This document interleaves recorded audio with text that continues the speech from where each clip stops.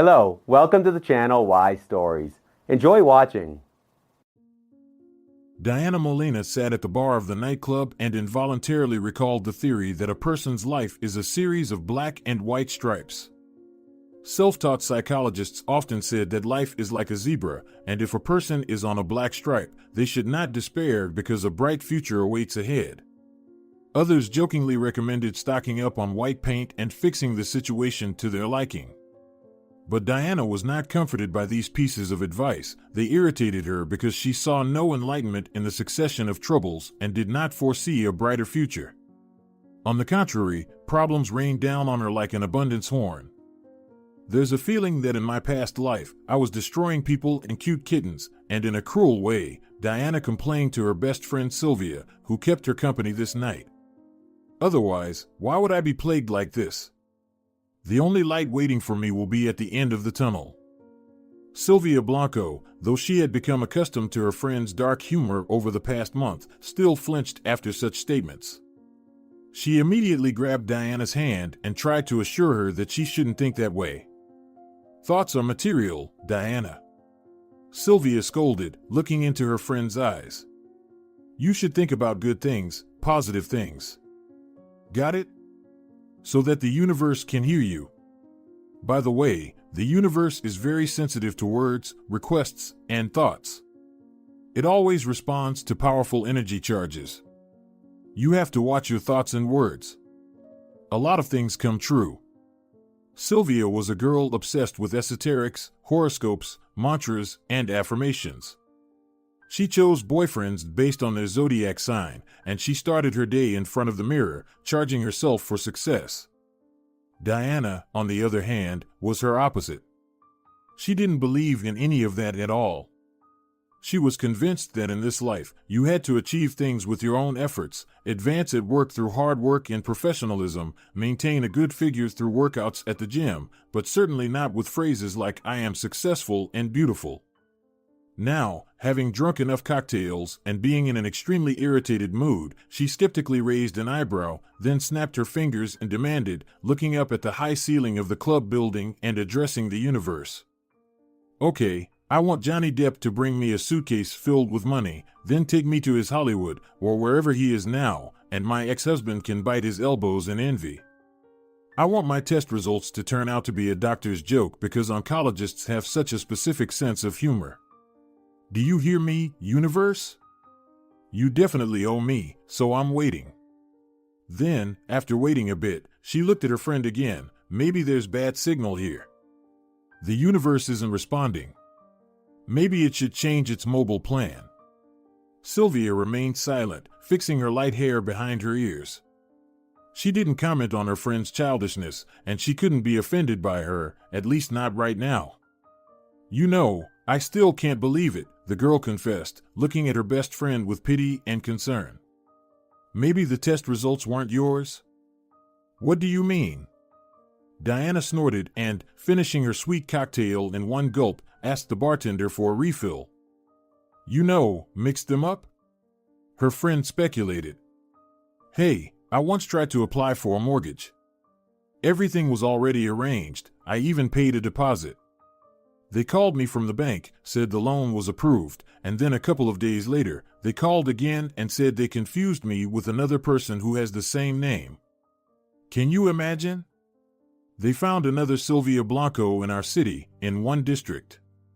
So, I didn't get the loan or the apartment, and they didn't even return my deposit. Well, almost. That owner didn't want to give it back to me, although he promised.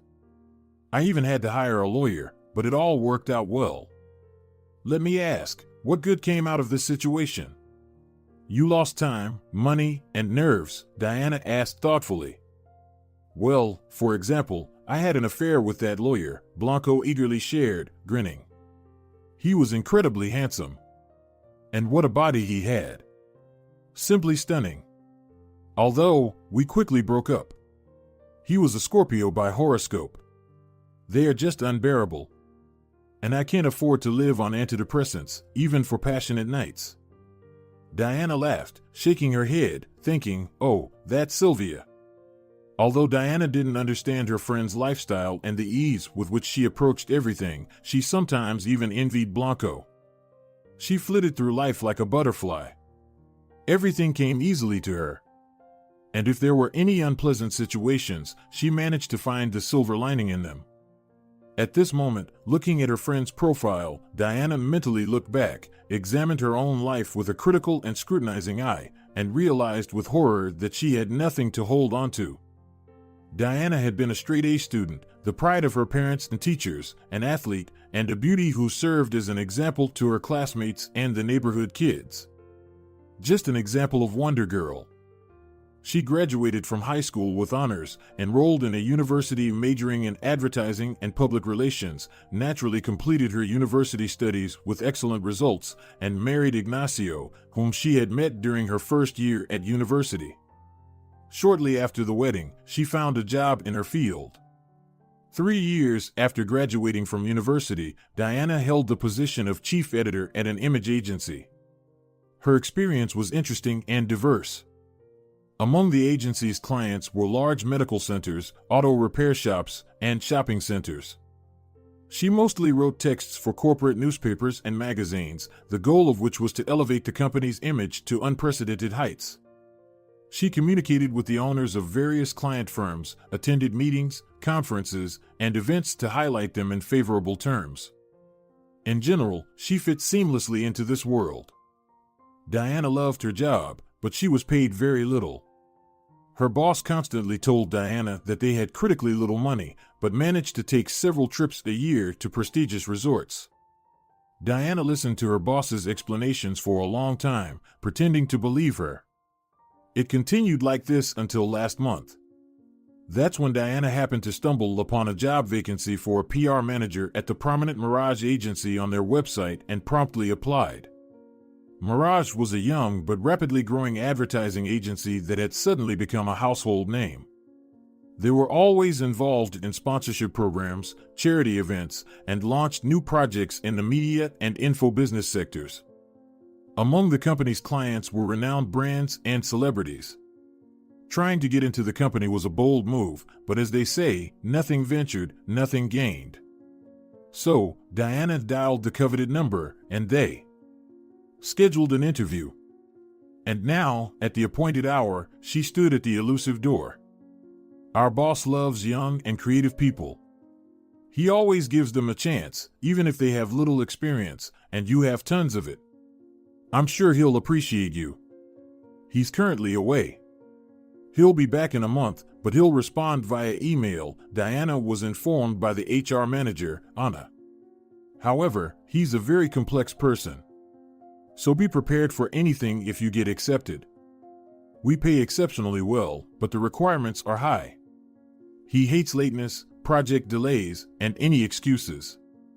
There's a lot he doesn't like. He's a very complicated man, although incredibly handsome. But he doesn't pay attention to anyone. As she said this, the girl pouted in resentment. It was clear that she had already tried to invite her boss on a date, but it didn't work out, and it greatly upset her. To give her credit, the manager was extremely attractive and had a curvaceous figure. Her immodest neckline displayed her ample bosom to everyone, and her plump lips glistened with pink gloss, causing Diana to inadvertently think that only few men would pass by such a doll. However, neither her boss's orientation nor her relationships with colleagues interested the girl. She was only attracted to the job, and yes, she got it. A week later, the mysterious demon boss approved her candidacy. The girl waved her handkerchief in farewell to her boss and darted off to her new job. They tried to keep her, promising her many good things, but Diana no longer believed it. To her surprise, Diana was welcomed with open arms at Mirage. They were impressed with her project portfolio and the stack of magazines that came from her pen. She liked the team. However, her colleagues constantly frightened Diana with the imminent return of the boss, saying, "Wait until Eduardo, our boss, comes back, then we'll see what you'll do. Although it's clear even now you'll be looking for a new job. He won't leave anyone here at work just for their pretty face." Diana worked at Mirage for almost a month. She felt that a new, beautiful, and happy stage of her life had begun. However, everything was ruined by a visit to the doctor. Sometime after losing both her parents, Diana began to feel unwell, so she rushed to the nearest private clinic. There, she received a disheartening diagnosis, and the doctor's verdict was like a thunderbolt on a clear day. Unfortunately, the diagnosis is rare. Treatment will be complex and challenging, but I can't guarantee a full recovery, he told the patient. However, we will do everything in our power. I have excellent doctors. Trust us. What if I don't get treated? Diana asked then, her gaze fixed on the trash can in the doctor's office because she was afraid that the news would make her feel so bad that she'd throw up her breakfast. The doctor was surprised by her question and shook his head. Not get treated?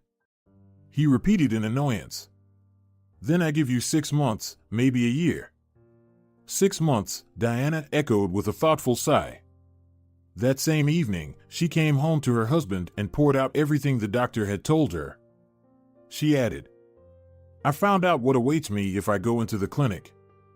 I'll just spend my last days away from loved ones, under some medications that will keep my soul in my body and hinder me from living peacefully. Tubes will be sticking out of me, and my bald head will always be covered. I realized I don't want that, so I made the decision not to undergo treatment.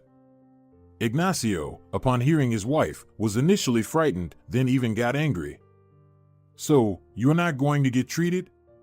Have you lost your mind? If there's even a chance, we should use it. No, Diana shook her head.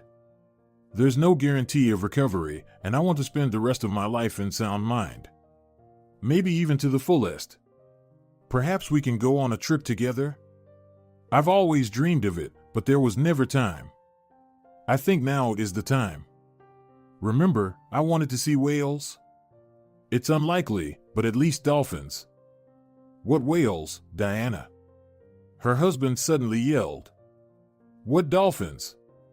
You want to die somewhere in the sea or a foreign country? What about me afterward? Diana frowned at such a reaction. She had expected support, even if he didn't want to understand her. Maybe you shouldn't bury me in advance? She asked, not harboring any anger or resentment, just a slight disappointment. They argued for a long time, but Diana remained resolute. She realized that she hadn't accomplished enough in her life, and now that she had a best before date, she needed to make the most of her remaining time.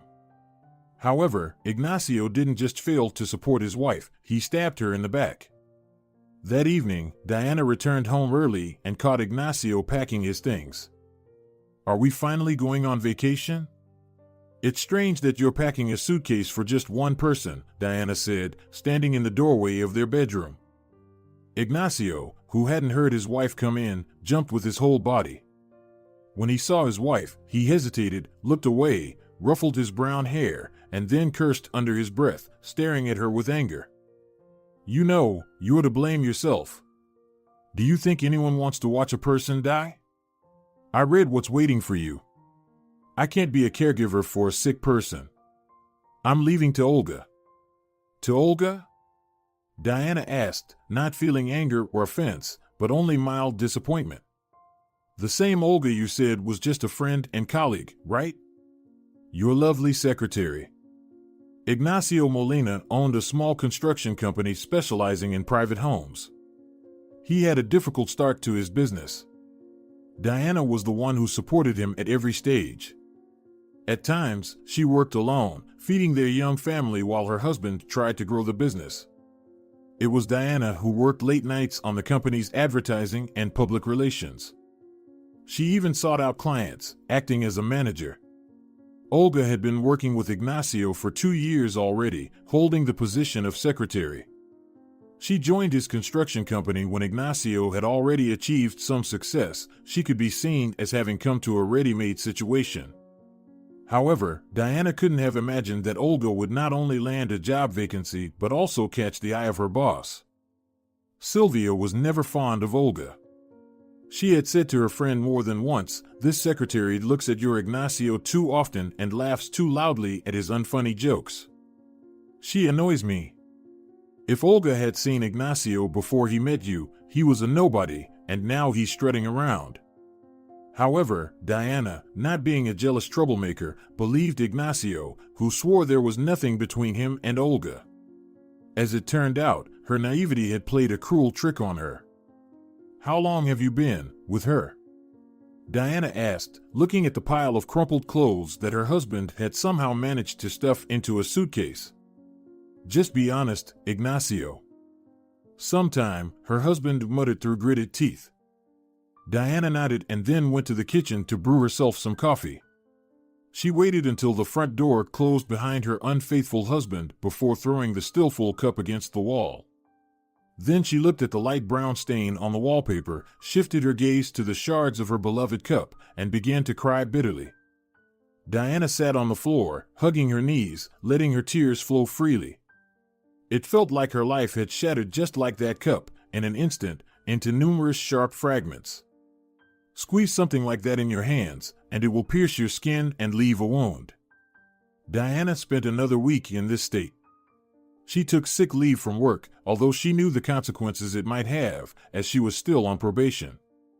But she couldn't find the strength to do even the simplest things, let alone smile at her colleagues or generate creative ideas.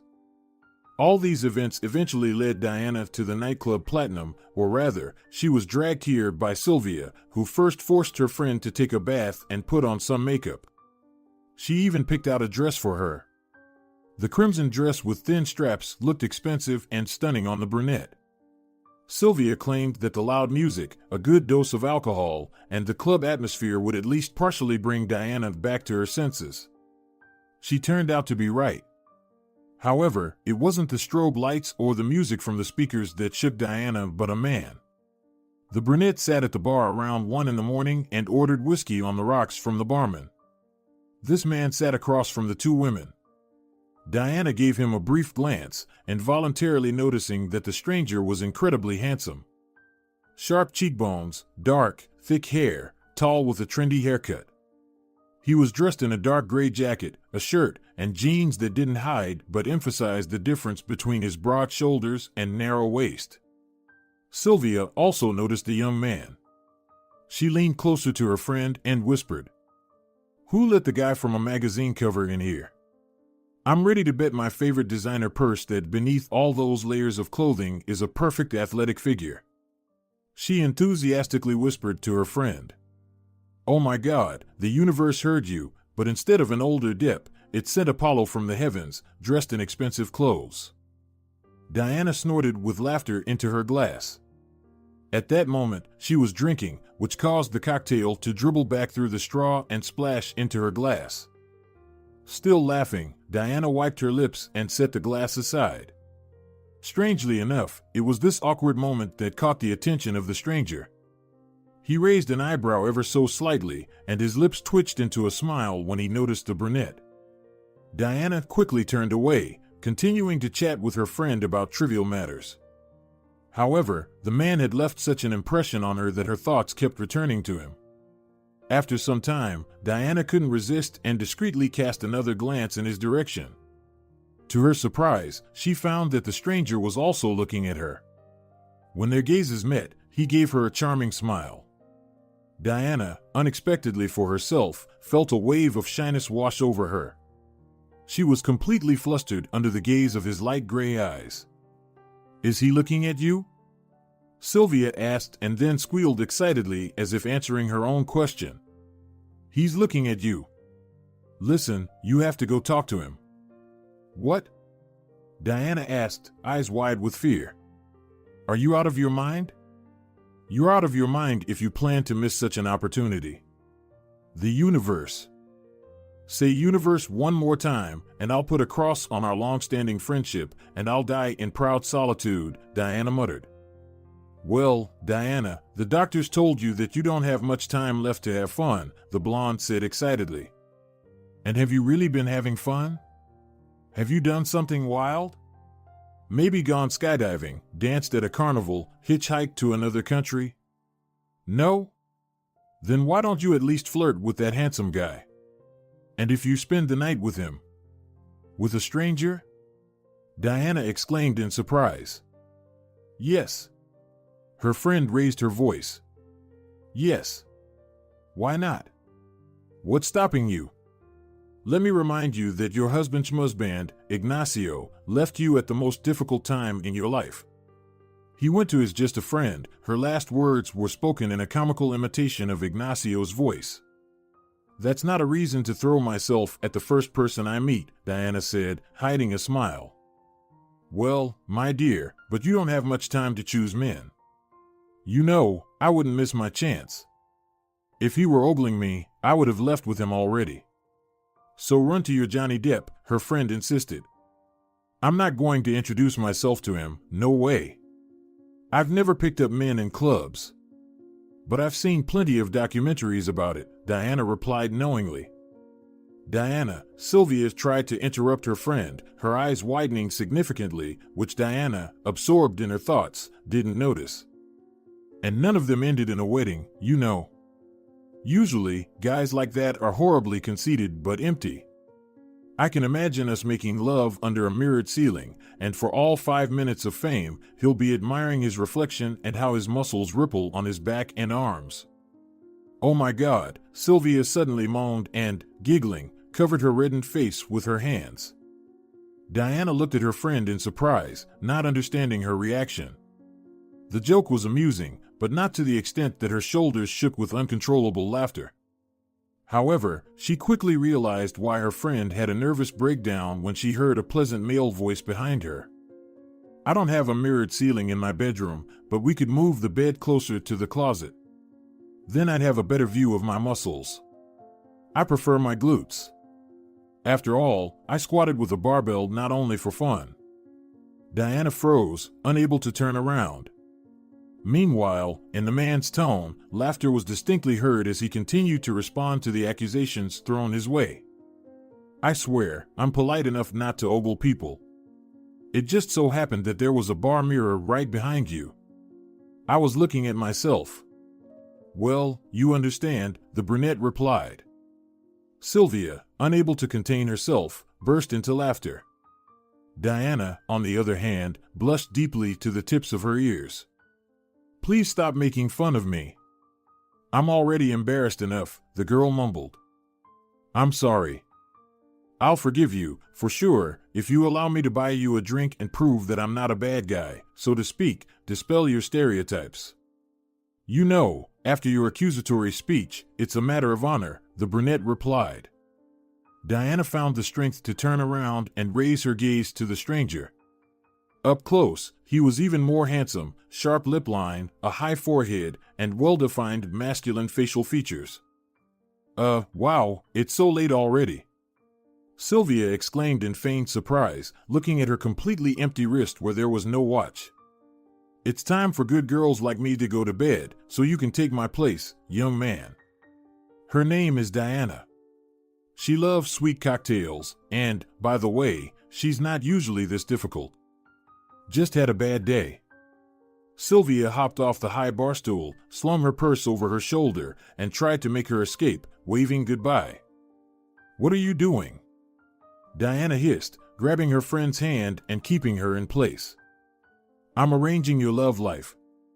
But I don't even know him.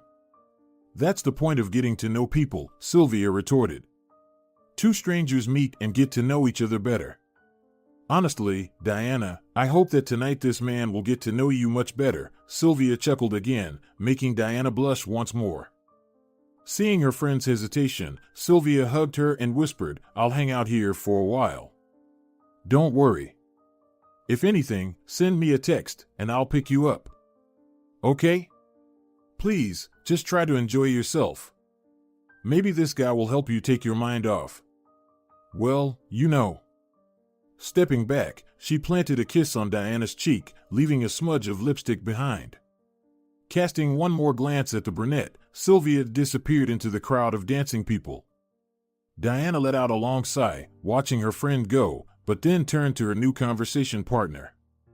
So, Diana, the man smiled gently. I swear I'm not a maniac. You know, any self-respecting maniac would say the exact same thing, Diana retorted, still feeling very awkward after her embarrassment. Fair enough, the man nodded. At first, Diana felt tense. After all, her husband, whom she had loved all her life, had recently left her. He left her in a cruel way, so she was reluctant to trust men. But whether it was the cocktails taking effect or the charming brunette being such a great conversationalist, she quickly relaxed. Soon, Diana was laughing heartily at his jokes. Furthermore, her cheeks started to hurt from smiling and laughing, and she could feel her stomach beginning to ache from all the laughter. She was sure that in another hour, she'd leave the club with well-defined abs. It turned out that young people were on the same wavelength. They easily found common topics and had many similar interests both in their professional and personal lives. The man invited Diana to dance a couple of times, both slow and fast dances. Diana was simply delighted, as her new acquaintance turned out to be an excellent dancer and skillfully led her. Her body literally followed the man's movements.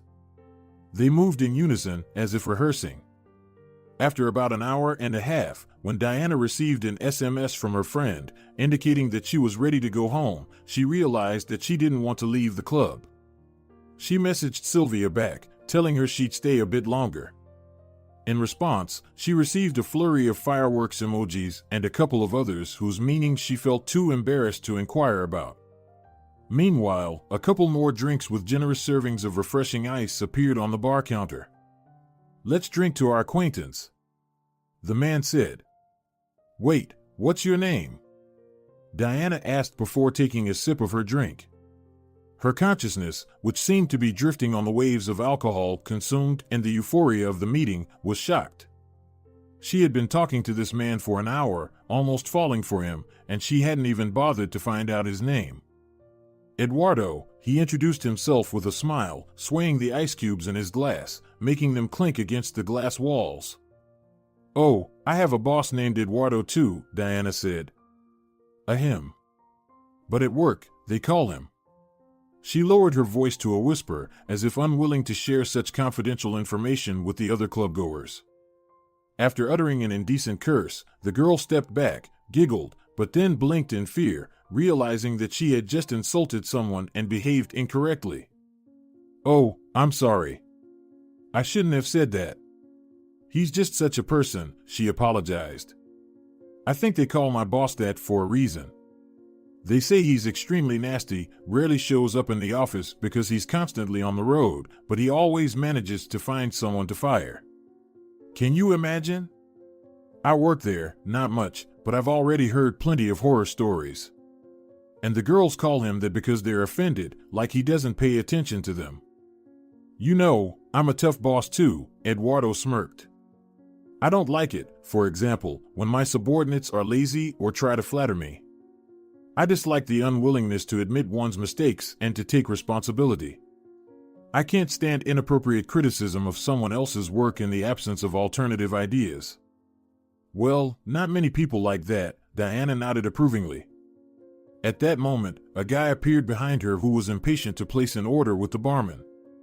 He squeezed in next to Diana, pushing her in the back. Because of this, the girl leaned forward, falling into Eduardo's arms. "Oh!" she exclaimed, finding herself in his strong embrace. She felt the scent of the brunette's cologne, tangy, with hints of wood. "Oops, I'm sorry." The man apologized. "It's okay," the girl awkwardly smiled, nodding at him and distancing herself from Eduardo. However, her hand remained in his palm. She didn't want to take it away, and the man didn't rush to unclasp his fingers. Instead, Eduardo looked into her eyes. His fingers gently started to stroke the back of Diana's hand.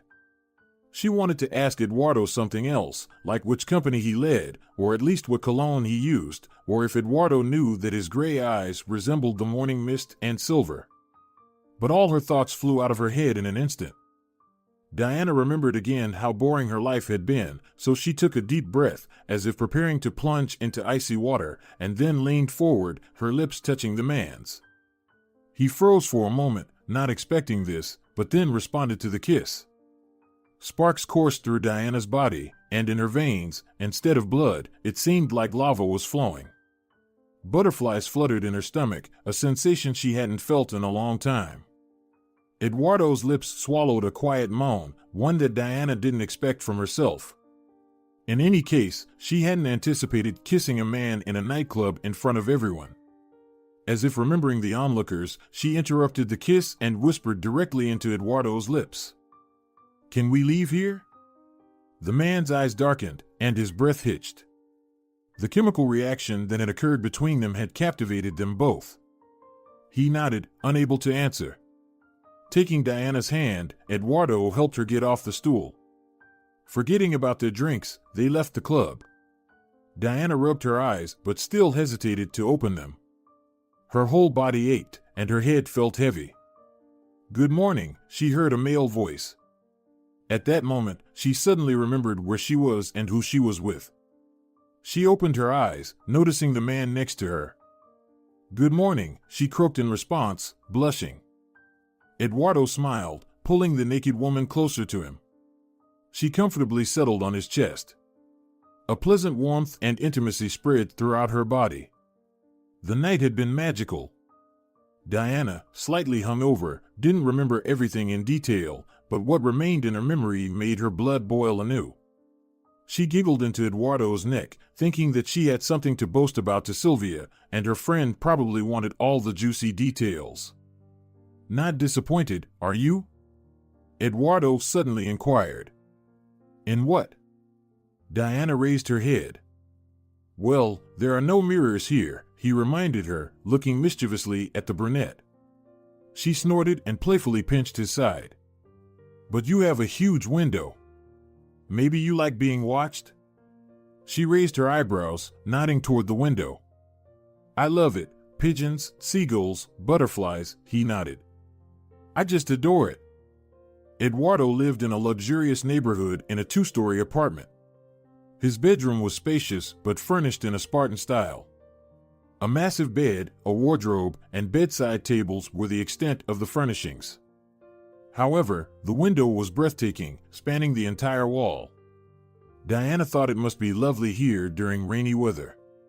Currently, the sun was shining brightly in the sky. Glancing at it, the girl became alert. "What time is it?" she asked. "I have to go to work. But today is Sunday. Come up with another excuse to escape from me," the man smiled. "Of course, I don't have to work until tomorrow," Diana explained, rolling off the bed and scanning the room for her clothes. "However, I need to finish a project urgently. The boss is coming tomorrow. You know, the nasty one. I told you about him. I don't want to get fired so soon. I really like my job, and I already took a whole week of leave.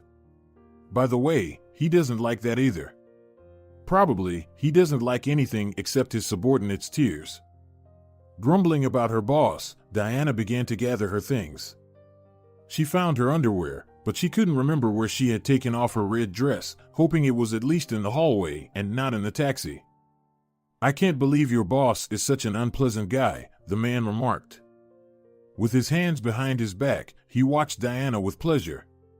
The girl shrugged, trying to run her fingers through her hair. "I can't draw conclusions until I meet him in person," she reasonably pointed out. "However, the rumors about this person don't make for pleasant interactions.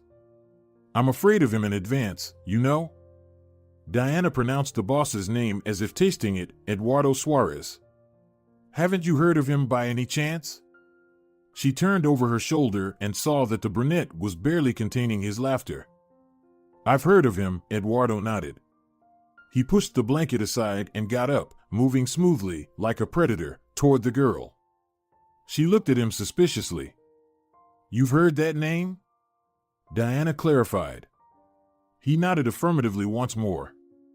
"I'm well acquainted with him, Diana, and now so are you.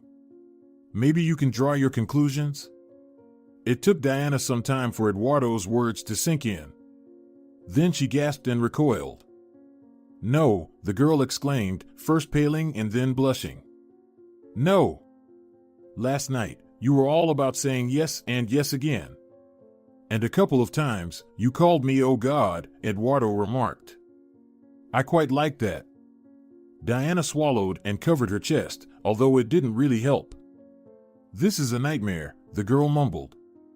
Did I sleep with the boss? Am I fired? Usually, people get promoted for that, not fired, Eduardo noted. It was evident that the situation amused him, and Diana's reaction was endearing. However, Molina herself was in shock. This is not funny. She shook her head anxiously. You're not joking, are you? Please tell me you're joking. I can show you my passport. I didn't hide where I work. I thought you understood. Who am I? Eduardo shrugged. Diana took a deep breath and then exhaled. She hadn't paid attention to how much alike their professions were last night. How much had she told him about her colleagues and her boss? Diana backed towards the exit. I really have to go now. We can have breakfast. Then I'd call a taxi if you're in a hurry, Eduardo began, no longer smiling but frowning. Listen, don't take everything so close to heart, okay? I liked you. I thought you liked me too. I'm not as much of a jerk as they say. I'm just strict and take my work seriously since I founded this company from scratch. It's frustrating when some people don't take my life's work seriously. It's a shame if they see aggression in it. Diana didn't hear his words anymore. She nodded strangely, then turned on her heels and hurried downstairs. She found her dress near the staircase. Diana, wait a minute. The man tried to stop her, but the girl didn't want to wait. She quickly put on her dress, grabbed her shoes, and rushed out of the apartment barefoot. She was ashamed. Incredibly ashamed. She spent the rest of the weekend recalling what she had talked about with Eduardo. She realized with horror that she had been too candid. On Monday, Diana came to work with her head held low. She hadn't finished the project, but she had brought a resignation letter. What's wrong, Diana? Her colleague Olegario asked. Have you already seen the boss or something? Has he arrived? She raised her head. Yes, the very first one. He's in the office. He's very angry. I haven't seen him so grim in a long time. Diana nervously swallowed, pushing dark locks behind her ears. She took a deep breath and headed towards Eduardo's office. Knocking and hearing a come in, she entered. Eduardo was sitting in the boss's chair, bathed in morning light. Diana's gaze slid over the man, ignoring the butterflies in her stomach. Eduardo Suarez, Diana murmured, hello. I brought. Well, here, she placed a resignation letter on the boss's desk. What's this? He looked at the paper. A resignation letter. I can't work here. Are you kidding, Diana? Eduardo got angry. Shall I tear this paper apart, or will you remove it from my sight? Diana opened her mouth at such audacity and looked at her boss. Don't you allow me to quit my job? Is there a reason? He raised his eyebrows. Besides the fact that I saw you naked. Well, you know, Diana mumbled, suddenly forgetting that she was embarrassed. Eduardo, on the other hand, unexpectedly smiled, and his gaze became warmer. I like you better with that expression on your face, he said approvingly before taking the resignation letter, crumpling it, and tossing it into the trash can. Diana snorted, but then her shoulders slumped again. Listen, this was a mistake. I won't be able to work with you. I'm not even sure I want to spend my time on work right now, she said. What do you mean? The girl looked into his gray, attentive eyes and decided to tell him the whole truth. She knew that after this, he would likely turn away from her, but perhaps out of pity, he might even give her a bonus. I don't have much time left. That's what I mean, Diana declared. Then she simply went on to tell him everything that was on her mind. She told him about her visit to the doctor, her decision, and her runaway husband. Understand, Eduardo, I'm not like that. I don't just jump into bed with strangers, I promise. It's just that you caught me at a difficult moment, she tried to explain, sitting across from her boss. I'm sorry I didn't tell you right away, but talking about how little time I have left would have ruined the romance, and I just wanted to relax, breathe, forget who I am, what's happening to me. Honestly, even if it was for a short time, I succeeded. Maybe that's why the news that you're my boss knocked me off my feet. Fate seems to be laughing at me, constantly tripping me up. I wanted to do something weird and unusual, and where did it lead me?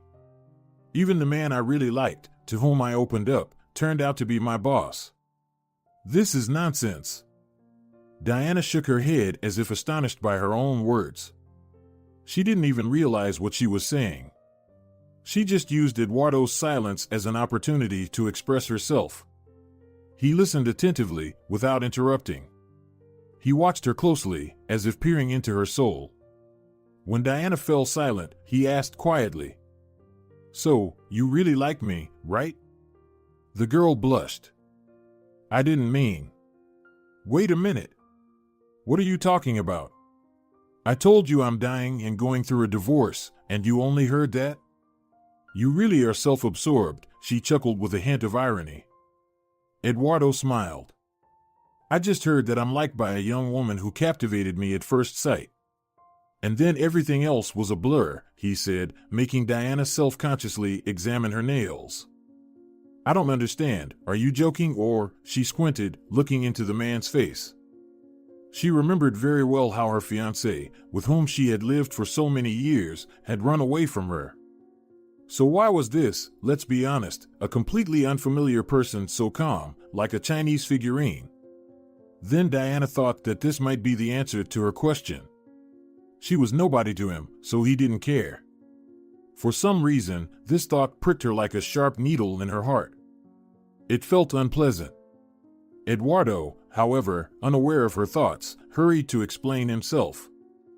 "Diana, I'll need some time to digest all the information you just poured on me," the boss admitted honestly. "But I want to say again that none of your words convinced me to sign a resignation letter or forget about how good it was with you. And anyway, didn't you say you wanted to try something unusual for yourself, step out of your comfort zone? How about an office romance with the boss?" Eduardo winked playfully. Diana shyly smiled, shaking her head. She slowly, as if reluctantly, looked away from the handsome man's face. She surveyed the office, where she was for the first time. On one of the walls, made to resemble gray bricks, hung several interesting and colorful vintage posters with retro advertisements. In another corner, there was a shelf with a record player for vinyl. The girl remembered that Eduardo liked retro. He loved history and had a deep passion for traveling. She thought she would like to get to know him better, and the feeling that she was somehow familiar with him wouldn't leave her. There are encounters in life that feel like meeting old and close friends, like meeting people who are kindred spirits, who find a place in your heart from the very first glance and word. Eduardo turned out to be just that kind of person. These thoughts both reassured and saddened her. She didn't want to think about the future, to tie her life to new relationships and feelings, because she already knew that there was no happy ending in her story. "I'll give you a penny for your thoughts," Eduardo broke the silence, using an old British idiom. Diana looked at him sincerely and openly. "I wouldn't want to start a relationship. Back in the nightclub, I thought I'd run away from you in the morning like Cinderella from the prince," she confessed. "I thought it would be my daring adventure, a flash of passion with a stranger like in American movies, and maybe even revenge on my ex-husband, probably." "Nice to hear that I've become an instrument of revenge," Eduardo grumbled, but his eyes sparkled with mischief. "Well, then, how about we settle for friendship? What do you think?" Diana bit her lip for a moment, but then hesitantly nodded. "I would like a friend like you." "It's settled then," Eduardo clapped his hands. "From now on, we're best friends." "Oh, just don't say that to Silvia, okay?" Diana laughed. "My friend who was at the club last night. She'll claw your eyes out, but she won't give up her status as my best friend to anyone." Eduardo smiled gently at Diana, gazing at her face. From the look in his gray eyes, butterflies fluttered in the pit of the girl's stomach again, tickling her with their delicate wings. She realized that being friends with this man would be quite a challenge. "Shall I get to work then?" she asked uncertainly. Eduardo nodded, then added in a playfully businesslike tone, "I'm expecting a project for the Miss Molina clothing brand from you." And don't forget, we have lunch at my favorite cafe at 1 p.m. I'll come by to pick you up. You don't mind, do you? Diana giggled, feeling like a schoolgirl, and shook her head. How can I say no to my scary and mean boss? She playfully replied, getting up from her seat. Eduardo looked at her, displeased either with her response or his own reputation. I'll dock your bonus, he lazily threatened, returning to the paperwork he had been working on before she came in. Diana grinned widely and left the office. She leaned her back against the wooden door and closed her eyes, still smiling. Her heart felt warm, and there was a strange sense of anticipation, like in childhood on the eve of holidays, when a child falls asleep in nervous but pleasant excitement, expecting magic, gifts under the tree from Santa Claus, or a birthday cake with candles that will surely make all their wishes come true. Diana hadn't felt this pleasant sensation for a very long time. It had disappeared from her life long before the doctors gave their diagnosis. She had simply sunk into routine, like travelers getting stuck in quicksand. Her relationship with Ignacio had lost its spark a long time ago. He didn't make an effort to please his wife anymore. There were no surprises, no romance. All of that seemed to have been left behind during their university days, buried under the weight of everyday life. That's why now, at this moment, Diana felt like her blood was starting to boil again. It was as if flowers were blossoming in her chest, the first signs of spring breaking through the frozen ground. She felt, perhaps for the first time, that everything would be okay. At least for now, at least in this moment, but it would be. As the door closed behind Diana, the smile slowly faded from Eduardo's face. He pushed the documents aside with a hint of annoyance, placed his elbows on the desk, and buried his face in his hands, trying to shake off the accumulated exhaustion. The insomnia of the past few days, coupled with Diana's presence, had taken a toll on him.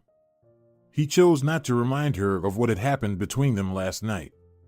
No, it wasn't about the bedroom scenes or passionate whispers. Those moments were fresh in her memory, but he understood that there was something else she had forgotten. It was what happened just before she fell asleep. Unexpectedly, Diana had sobbed in his arms. Small, fragile, and vulnerable, she had shared her innermost thoughts with him. Her confession was almost the same as the story she had told him in his office today, but it was much more scattered, emotional, and touching. That night, she had told him how her husband had treated her, what verdict the doctors had given her, and how she didn't want to live on pills but wanted to breathe fully until her last moment.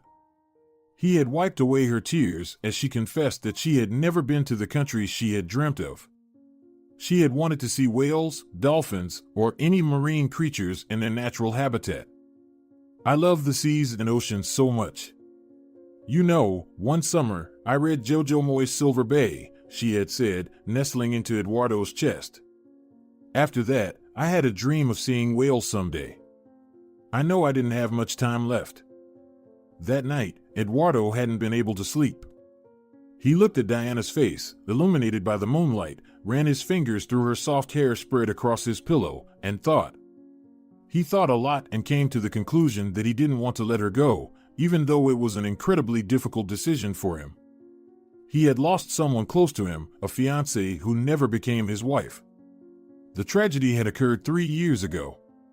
But he couldn't just cast Diana out of his heart, so he had thrown himself into work with such dedication and fervor that he had earned the reputation of a tough boss among his employees.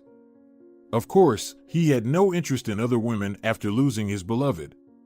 In his life, there had only been minor and brief flings, and now there was Diana, so charming, sincere, and incredibly beautiful. A woman whose heart had been broken so mercilessly. Eduardo Suarez's agency was known for its charitable work. In him, there had always been a thirst to help people, a thirst that only grew stronger after he lost his fiancée. However, he couldn't simply call his desire to help Diana philanthropy. It ran deeper. Diana had captured his heart back in the nightclub. With her delicate fingers, she had touched the strings of his soul that had long been silent. They had started to play a melody once more, and his heart had adopted a special rhythm for her. Eduardo didn't want to let go of this so easily. He felt that being close to her was the right thing to do, as if he had been waiting for this meeting with Diana. He looked out of the window at the grayish sky with scattered clouds. One of them resembled a rabbit with long ears, while the rest looked like sweet cotton candy. He drummed his fingers on the table, trying to calm the excitement that had been gripping him for the past day. He knew he couldn't cure her illness, but he wanted to try to make her life beautiful, the way she had always dreamed of. Eduardo picked up his smartphone and, finding the necessary number in his contacts, pressed the call button. "Marta, hello," he began softly. "I'm interested in cruise liners and... where in the world can we see whales?" The sky hung low and gray, as if it were about to descend into the waters surrounding the cruise liner. Diana, on the other hand, thought that the sky and the ocean waters resembled Eduardo's eyes, a man who had suddenly entered her life in the most difficult moment and had then turned her world upside down. After that candid conversation, they truly became friends. They talked a lot, went out often to movies and restaurants. Eduardo invited her home, cooked dinner himself. They talked about work and life, shared dreams and interests. Every morning, Diana began to look forward to seeing Suarez, just to have a conversation with him. Surprisingly to herself, she realized that every night, as she fell asleep, she thought about Eduardo, and when she woke up, she was thinking about him too.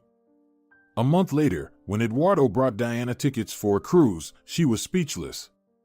Of course, she considered it madness to just up and leave for an unknown destination, to leave her life and job behind.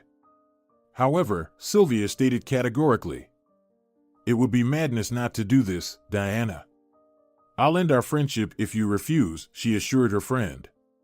"You'll regret it for the rest of your life if you don't. And anyway, look at how Eduardo looks at you." "We decided to stay friends," Diana said weakly and hesitantly. Silvia snorted, rolling her beautiful eyes to the ceiling. "Oh sure, of course. Between friends, there's always so much tension that it's scary to even strike a match. God forbid everything goes up in flames. You're in love with each other, you silly," she declared emphatically. "But I can't treat him like that," Diana reminded her. "He told me he lost his fiancée. Do you want Eduardo to lose another person?" Silvia's smile faded, but she quickly pulled herself together. "Or maybe you won't decide for him what to do," the girl suggested, crossing her arms. "Just open up to him, or at least meet him halfway. Don't shut yourself in." Then Silvia took the cruise tickets and waved them in front of Diana's face. "Start with this, okay? I apologize for the confusion. Here's the text with hyphens to indicate direct speech." Diana, who had dreamed of going on a trip with Eduardo, quickly gave in. Of course, very soon they realized that remaining friends was a futile idea. A romance had ignited between the young people even before they set foot on the ship's deck. Eduardo even had to negotiate changing cabins. Their cabins were in the luxury category, but they were separate. Now, this arrangement didn't suit the lovers. They wanted to travel together, live in the same cabin, sleep at night in a double bed, or not sleep. The journey turned out to be wonderful. Diana woke up in Eduardo's arms every day, jokingly asking him to pinch her to make sure she was only sleeping.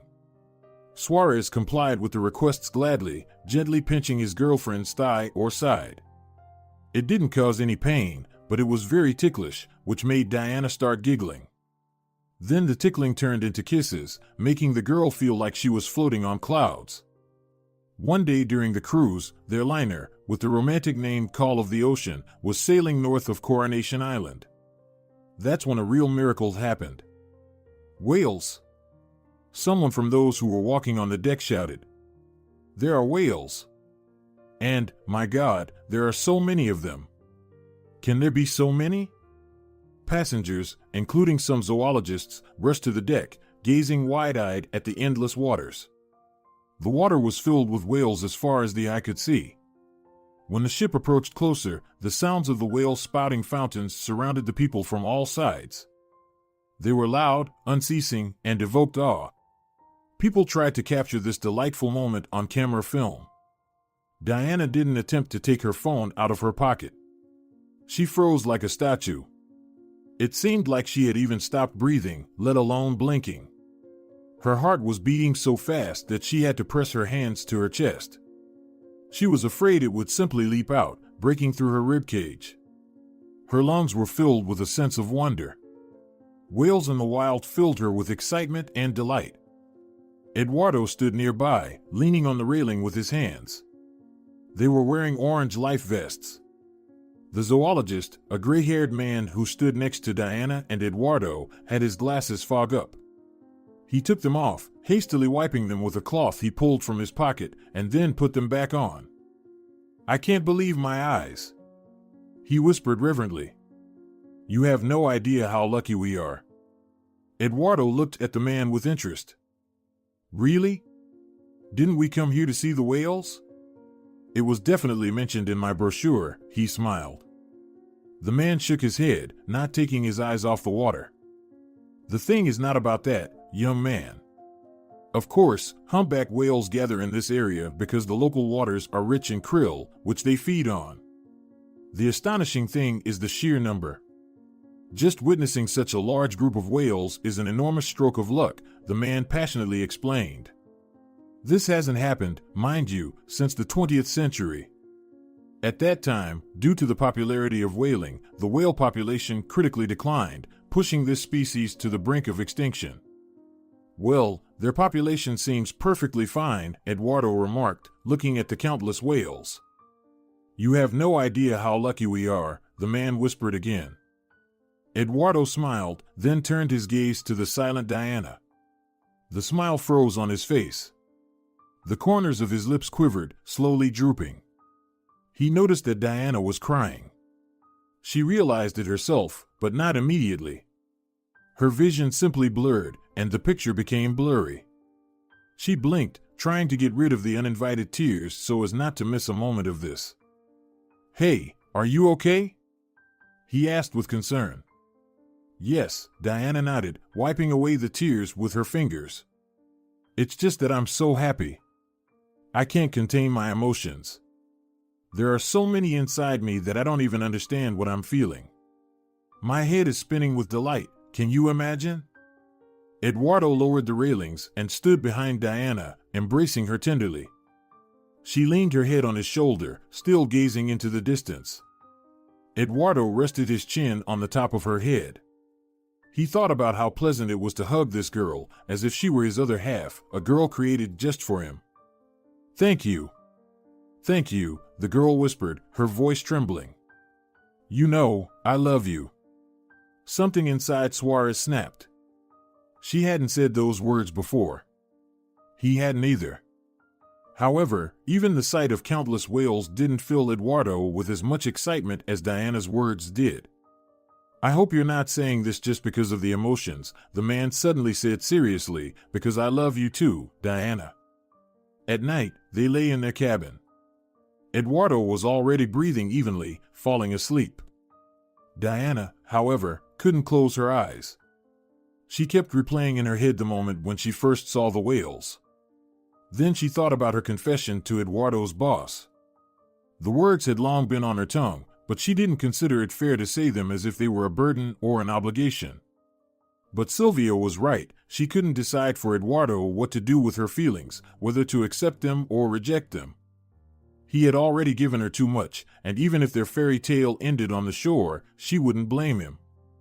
However, he reciprocated her feelings, and now Diana didn't know what to do. "Eduardo, are you asleep?" she asked quietly at night, not expecting an answer, but Suarez responded. "It all depends on you, princess," he mumbled sleepily, brushing her hair with his lips. "Your word, and I'll be awake and cheerful. Just give me 5 minutes and a cup of coffee." Diana smiled. Eduardo really treated her like a princess. He protected her and tried to fulfill her wishes. She was living in a fairy tale. "I thought," she bit her lip, hesitating to voice her thoughts. "I thought that when we get back, I will finally go see a doctor again. You know, it's strange, but I feel so wonderful. Every day brings me happiness. I only get better. I just don't believe in my illness anymore. And if it really is killing me, then I would like to." I want to, she exhaled with a struggle, trying to overcome the huge lump that had lodged in her throat. For some reason, it was so difficult for her to say the phrase, I want to live. However, Eduardo heard her and understood. His hands embraced her more tightly, drawing her closer. I didn't want to bring up this topic, Diana, because it should be your choice, he began cautiously. But I find myself thinking about it more and more. Let's try it together, okay? You're not alone. I'll be there no matter what happens. Diana felt relieved. In Eduardo's arms, she felt protected. With Eduardo by her side, she could allow herself the audacious, brave thought that everything would be fine. However, she had no idea what awaited her. A black car stopped in the parking lot next to the private clinic. Diana looked at the beautiful building, its windows reflecting the sunlight. Last time, she had also gone to a private clinic, but it was the one in her neighborhood. That building didn't look nearly as luxurious, but Eduardo insisted on the best doctor in the city. Well, I'm going, she said with deliberate cheerfulness, leaning forward to give the driver a kiss on the cheek before leaving. Eduardo accepted the kiss, but he looked at her with surprise. Where are you going? Alone? No, I'll go with you, his voice sounded almost indignant. Eduardo's whole demeanor suggested that he was displeased with Diana's assumption that he would let her face fade alone. But they won't let you into the doctor's office anyway, Diana, she shrugged. And you have things to do today. As if there's anything more important than your health, Diana. Let's go. If they won't let me in, I'll wait for you in the corridor. Then we'll go eat or take a walk, okay? Eduardo unfastened his seatbelt, intending to get out of the car. Diana, on the other hand, froze in her seat, watching as he exited the vehicle. She still couldn't get used to such care and tenderness that this wonderful man bestowed upon her. Unintentionally, she compared Eduardo and Ignacio again. She remembered that when she went to the hospital that fateful time, Ignacio didn't even call her after the doctor's appointment, even though he knew she had a poor family medical history and was worried about her health. She remembered walking out of the clinic and wandering the city alone, while rain drizzled from the sky. She remembered feeling devastated but not finding the strength to call anyone. Her phone remained silent until Silvia finished work and called her friend to ask what the doctor had said to Diana. Ignacio, after their breakup, didn't even call her just to find out if she was still alive. Diana snapped back to reality when someone knocked on her window, and then the car door swung open. Suarez gallantly offered her his hand, smiling. After you, milady. She smiled in response, and when she placed her small palm in his hand, she felt a wave of relief. The fear of visiting the doctor began to dissipate because nothing worried her when Eduardo was by her side. She was prepared for any news. However, what the young couple heard after the doctor's examination left them in a state of shock. The doctor performed an ultrasound, reviewed the results of the tests and examinations that Diana had done earlier and brought with her. Then he looked at Diana with a strange expression on his face. Excuse me, who told you it was time for you to die? The doctor inquired. Can I have the name of the hero? Diana was taken aback by the question and the tone in which it was asked. Yes, she had heard about medical humor. Sometimes she had even been shocked by the jokes of surgeons and pathologists, but this time she felt an unpleasant sensation. Eduardo, who had been allowed into the doctor's office, also didn't like the question. He sat in the adjacent chair and leaned forward, intending to ask the doctor to choose his words more carefully. However, Diana squeezed his fingers in time and blurted out. The doctor from the private clinic, she said, furrowing her brow as she tried to remember his name. Reyes. Something like that. Healthy U Clinic. The doctor chuckled and shook his head, shuffling some papers. There we go, he said without hiding his amusement. It's all starting to make sense now. Without explaining his behavior, the specialist typed something on his laptop keyboard, then turned the screen toward Diana and Eduardo. Here, take a look at your doctor, he offered, displaying an article from a local news portal. Reyes Daniel, a fraudster. arrested and already serving his sentence. He took bribes, sold free medicines, and most often, he conned people into unnecessary treatments, scaring them with terrible, deadly diagnoses. It's strange that this news didn't reach you, Diana. They've been covering it on every channel recently, talking about this scoundrel from every angle. But we weren't in town. We sailed to see the whales, Diana muttered, bewildered, while her eyes scanned the details of the case. Indeed, there was a photo of the doctor she had visited. It was hard to forget the face of the person who promised you death within a year. Meanwhile, the doctor, upon hearing that Diana had gone whale watching, squinted suspiciously, as if contemplating whether she should pay a visit to a psychiatrist as well. Then he recalled how much her partner had paid for an urgent appointment, and he decided that whales could very well exist in their world. "Wait a minute," Eduardo interjected, and his voice was extremely tense. "What does all of this mean for us?" He lied to Diana. Am I understanding this correctly? She's healthy? Diana only realized what the doctor was leading to at that moment. She couldn't even entertain the thought of such an outcome and had never allowed such a notion into her mind. Now, however, she froze, her face flushed with blood, and her pulse throbbed in her temples. She squeezed her companion's hand tightly, her nails digging into his skin, leaving faint imprints, but neither of them noticed.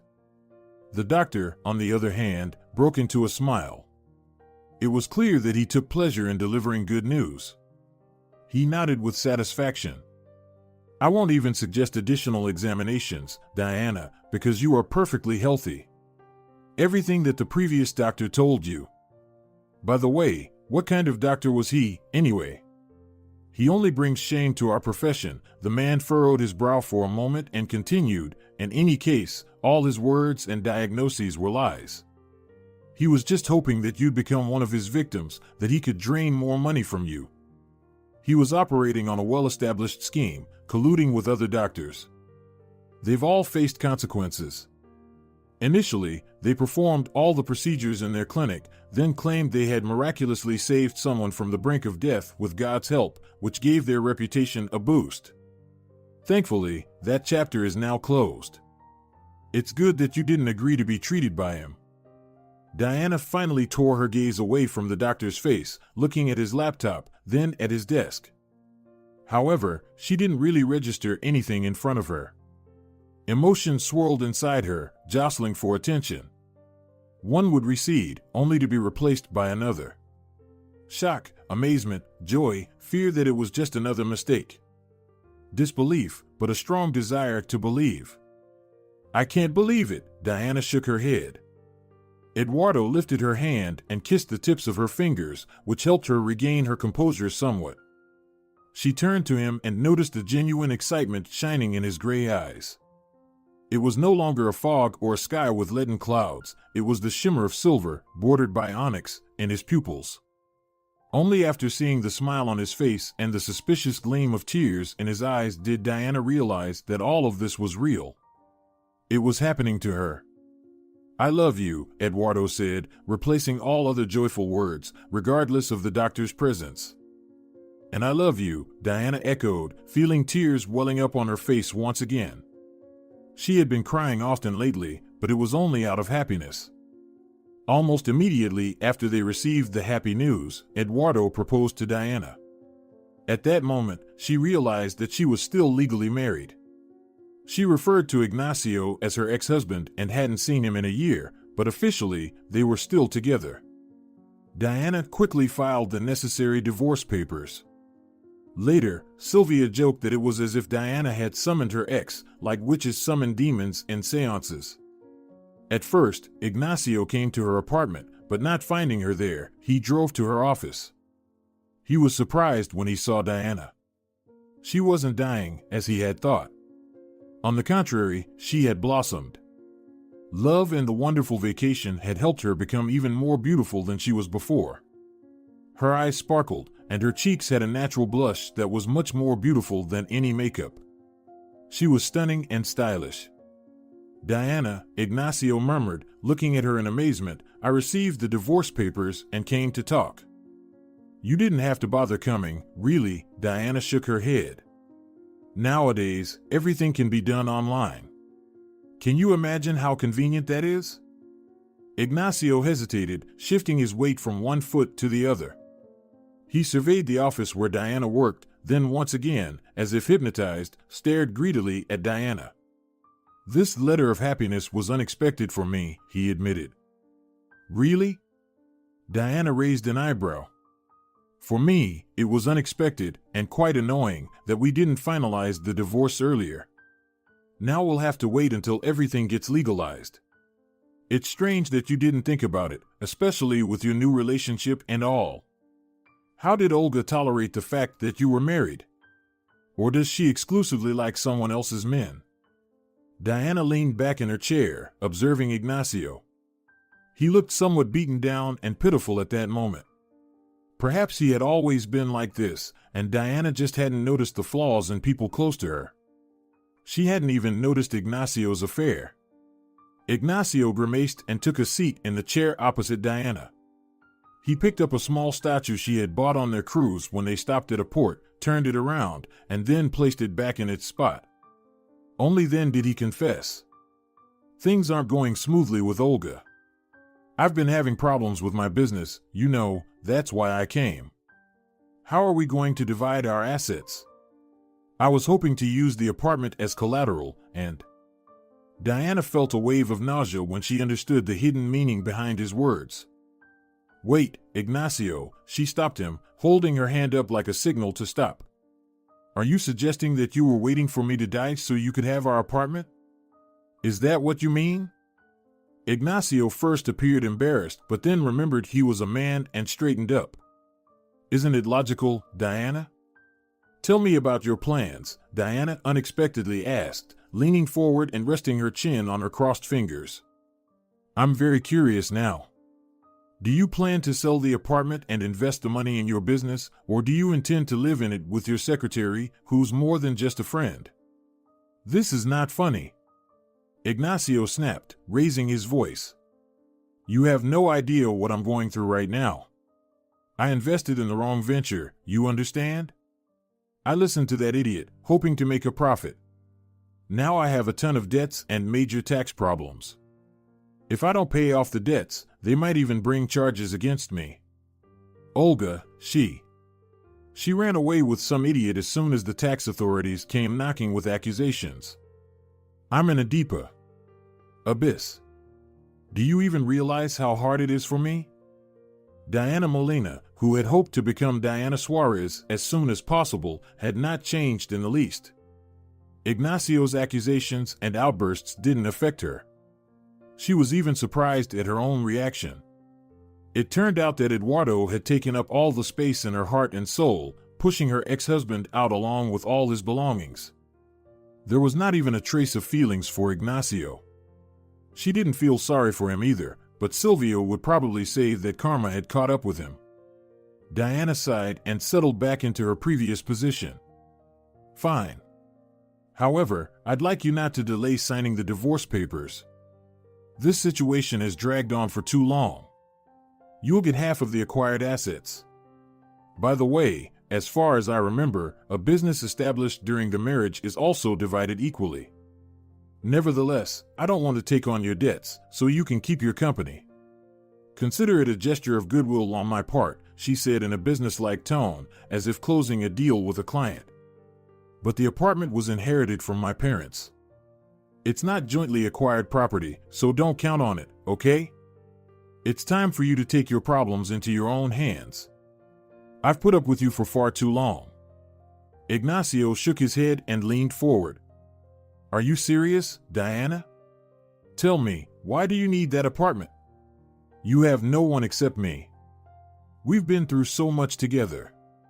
Well, if you want, his gaze nervously darted around her face. If you want, I'll come back to you. I'll take care of you, carry you in my arms. You know, I realized how much I loved you when I was with Olga. I made a mistake. This time, the feeling of nausea in Diana's throat became even more pronounced. Her eyes narrowed, and her gaze turned stern. Unfortunately, I have bad news for you, Ignacio, Diana said curtly. I will live. I don't know for how long. Maybe a year. Maybe 10 years. Maybe I'll live to be 100. What? Ignacio exclaimed in surprise. But you said. Diana shrugged irritably. The doctor was a fraud. The story is long, and I don't want to retell it. But wait. Then we can start everything anew, right? Ignacio suddenly perked up. You and me together, like in the good old days. You always found ways to solve any problems, Diana. I really appreciated that. It's impossible, Diana shook her head. My fiancé would object. You're who? Ignacio asked, his face contorted as if he had been slapped. Diana turned a photo frame toward him. In the bright snapshot, Eduardo and Diana were captured standing on the cruise ship's bow. In the distance, the ocean gleamed like silver. There were whales in the background. Well, that's why I'm asking you to hurry, Diana calmly explained. We want to get married. Honestly, I completely forgot that I'm still technically married until Eduardo proposed. Hold on, you must be joking, right? Ignacio shook his head. You're making fun of me? Where was this photo taken? And where did you find this Eduardo? Wasn't that your new boss's name? Diana smiled broadly and nodded. Oh, it's nice to know you remembered something from my stories. Yes, it's him, Eduardo Suarez. I didn't find him at work, but that's another long story that's not for your ears. Ignacio's face turned a shade of crimson, and he started to resemble a ripe tomato. You had an affair with your boss? He exclaimed, jumping to his feet. Diana unexpectedly burst into laughter. This is coming from a man who left me for his secretary? She asked, as if she couldn't believe Ignacio had brought up this topic. You just deceived me. Ignacio shouted even louder. You said you were sick, that you only had a year. Well, I'm sorry to disappoint you, Ignacio, Diana waved her hand. I didn't do it on purpose. Ignacio, on the other hand, was reeling from the news. He kept switching his gaze between the photo of the happy couple in their bright life vests and the equally content face of his still technically wife. She looked incredibly beautiful at that moment. And there was something about Diana, a certain strength, self-assuredness, that he hadn't noticed before. All of this infuriated him. Meanwhile, Diana, as if nothing had happened, continued calmly, glancing at her watch. Listen, you came to my workplace, wasting time with pointless conversations. The divorce will happen anyway. If you want a scandal, we can have one. But I'm not sure you can handle another legal battle, especially with the tax authorities already on your tail. As for the apartment you dreamed of, I don't need it. I don't live there anymore. However, you won't get it, Ignacio. I'm not a charity. Ignacio gritted his teeth, leaning forward and placing his palms on the PR manager's desk. Have you grown sharper teeth in this past year, or what? Have you turned into a shrew, just like your arrogant friend? Diana paused for a moment, then rose from her seat as well. She looked down on the man she had once loved, as if from another lifetime. I've always had sharp teeth. I just didn't sink them into the throats of loved ones, unlike you. I fought on their side. I've always been on your side, Ignacio. You didn't appreciate my loyalty, turned away from me at the worst time, and jumped into the first available bed. So, you simply cannot come back into my life now and make any claims. You're pathetic and disgusting. Leave. Ignacio jerked as if Diana had slapped him. His face was burning, and he felt like she might explode like a ripe watermelon. Without saying another word, Ignacio turned to leave. Just as he reached for the door handle, it swung open, and Eduardo Suarez, the head of the Mirage Agency, stood in the doorway in a business suit. He cast a surprised glance at Diana and her guest, but quickly recognized the man, even though his face was distorted with anger. Ignacio, right? Eduardo asked, trying to hide the disdain he felt for this man. I won't shake your hand. Personal bias. Are you here to sign the divorce papers? Ignacio shot Eduardo a fleeting, resentful look. That very fiancé? Well, congratulations. Happiness to you both. Just tell me, what's it like, taking someone else's woman? He asked mockingly, venom in his voice. I have no idea, Eduardo replied calmly. I've never had affairs with other men's women. When Diana and I met, she was single. They say some scumbag dumped her when he found out she was sick. There are such moral degenerates, aren't there? Eduardo winked at the now pale Ignacio, but a moment later, the feigned cheerfulness and composure vanished from his face. And now I suggest you leave the premises before my patience runs out. Believe me, I'm trying very hard not to throw you out right now. Ignacio felt in his bones that Eduardo wasn't joking. He wordlessly retreated and sidestepped out of the office. Diana approached her man, hugging him around the waist. I'm sorry for this. I didn't know he'd come here, she said timidly. What an unpleasant guy. How did you ever live with him?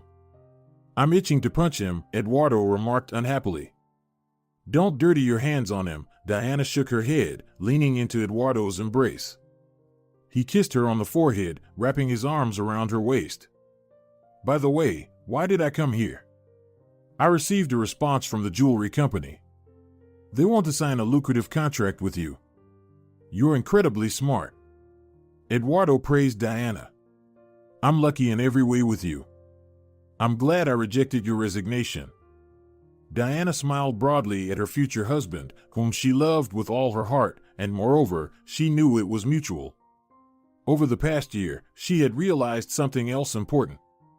With time, it might turn out that the dark streak in life had actually been a runway, because Diana was truly soaring and had no intention of stopping in the midst of this torrent of happiness. If you're enjoying it as well, leave a like and subscribe.